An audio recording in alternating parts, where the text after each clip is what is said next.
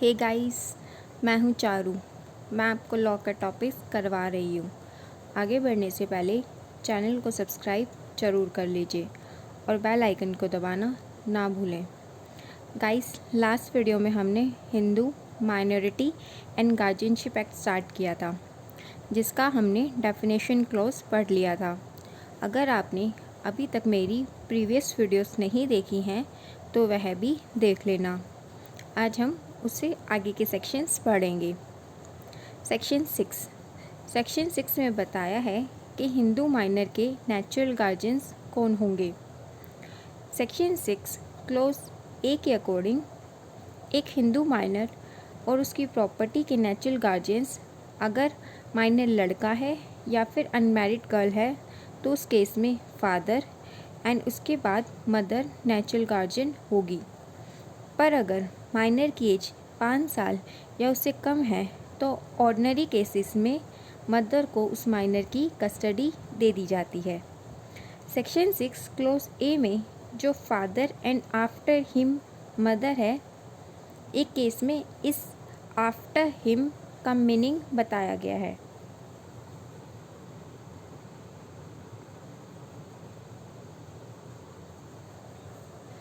Gita Hariharan versus RBI 1999 Supreme court. इस case में supreme court ने हेल्ड किया था कि हिंदू और अनमैरिड गर्ल के केस में नेचुरल गार्जियन फादर और आफ्टर हिम मदर होगी। सुप्रीम कोर्ट ने बताया था यहाँ आफ्टर हिम का मतलब फादर की डेथ के बाद नहीं, बल्कि फादर की अब्सेंस में मदर नेचुरल गार्जियन होगी। इस केस से पहले इस आफ्टर हिम का meaning after the death of father माना जाता था। सेक्शन 6 क्लॉज ए में ऑर्डिनरी कस्टडी मदर को दे दी जाती है अगर चाइल्ड की एज 5 साल या उससे कम हो। सुप्रीम कोर्ट ने एक केस में इस ऑर्डिनरी मीनिंग को भी इंटरप्रेट करके बताया था।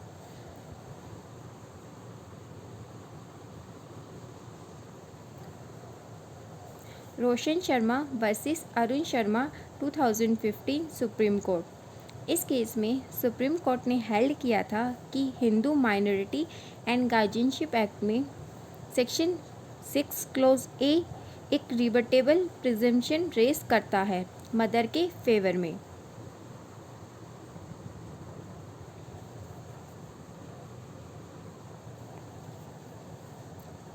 डैट मीन्स कि जनरल केसेस में चाइल्ड की कस्टडी मदर के पास होगी, पर एक्सेप्शनल केसेस जैसे अगर मदर अपना रिलीजन कन्वर्ट कर ले या फिर अनसाउंड माइंड हो जाए, इन केसेस में चाइल्ड की कस्टडी हस्बैंड को दे दी जाती है।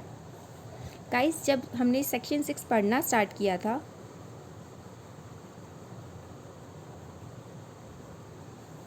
तो चाइल्ड की प्रॉपर्टी के आगे ब्रैकेट में एक्सक्लूडिंग हिज और her undivided interest in joint family property लिखा है।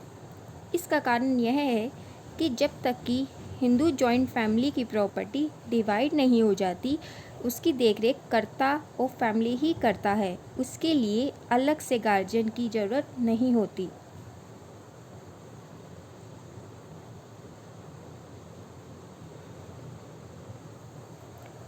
सेक्शन 6 क्लॉज बी के अकॉर्डिंग इलेजिटिमेट बॉय और इलेजिटिमेट गर्ल के केस में नेचुरल गार्जियन मदर और उसके बाद फादर होगा। सेक्शन 6 क्लॉज सी के अकॉर्डिंग माइनर मैरिड गर्ल के केस में उसका हस्बैंड उसका गार्जियन होगा।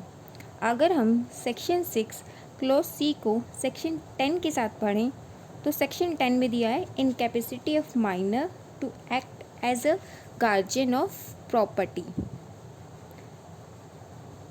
दिया है। सेक्शन 10 के अकॉर्डिंग एक माइनर एज ए गार्जियन किसी माइनर की प्रॉपर्टी की देखरेख करने के लिए कॉम्पिटेंट नहीं होता।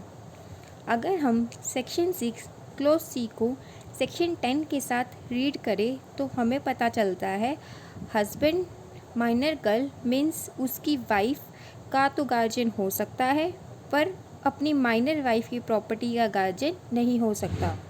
इस केस में माइनर गर्ल की प्रॉपर्टी का गार्जियन उसके फादर इन लॉ होंगे। सेक्शन 6 ने ये भी बताया कि कौन person as a natural guardian of minor नहीं बन सकते।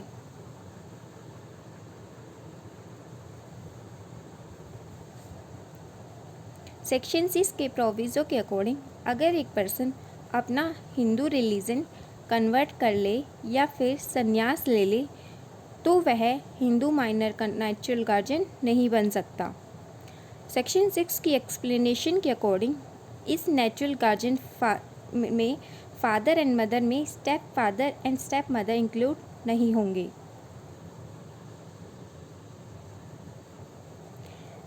नेक्स्ट है section 7 natural guardian of adopted son. Section 7 के अकॉर्डिंग अगर एक माइनर को अडॉप्शन में दे दिया जाता है तो उसकी नेचुरल गार्जियनशिप उसके नेचुरल पेरेंट्स से अडॉप्टेड पेरेंट्स यानी कि अडॉप्टेड फादर और उसकी एब्सेंस में अडॉप्टेड मदर के पास चली जाती है। नेक्स्ट है सेक्शन 8। सेक्शन 8 में नेचुरल गार्जियन की पावर्स बताई हुई है। सेक्शन 8 क्लॉज 1 के अकॉर्डिंग नेचुरल गार्जियन माइनर के लिए और उसके स्टेट के प्रोटेक्शन के लिए सब जरूरी और रीज़नेबल काम कर सकता है जो उसको सही लगे, पर वह अपने फ़ायदे के लिए माइनर और उसकी प्रॉपर्टी का यूज़ नहीं कर सकता किसी भी केस में।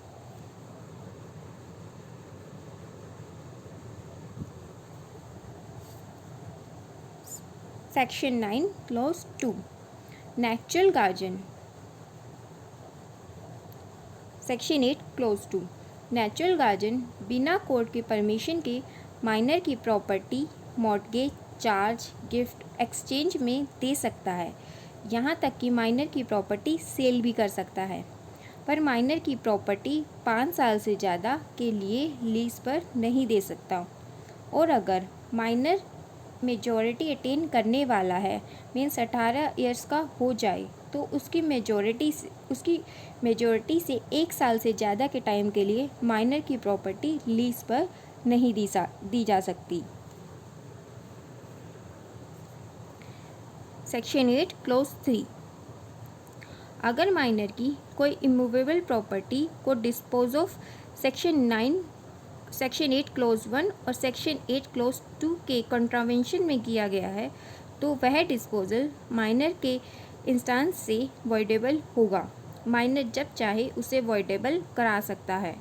सेक्शन 8 क्लॉज 4 के अकॉर्डिंग कोर्ट माइनर की प्रॉपर्टी को मॉर्टगेज सेल और जो सेक्शन 9 क्लॉज 2 में हमने अभी पढ़े थे वो एक्ट करने की परमिशन कोर्ट नहीं देगी।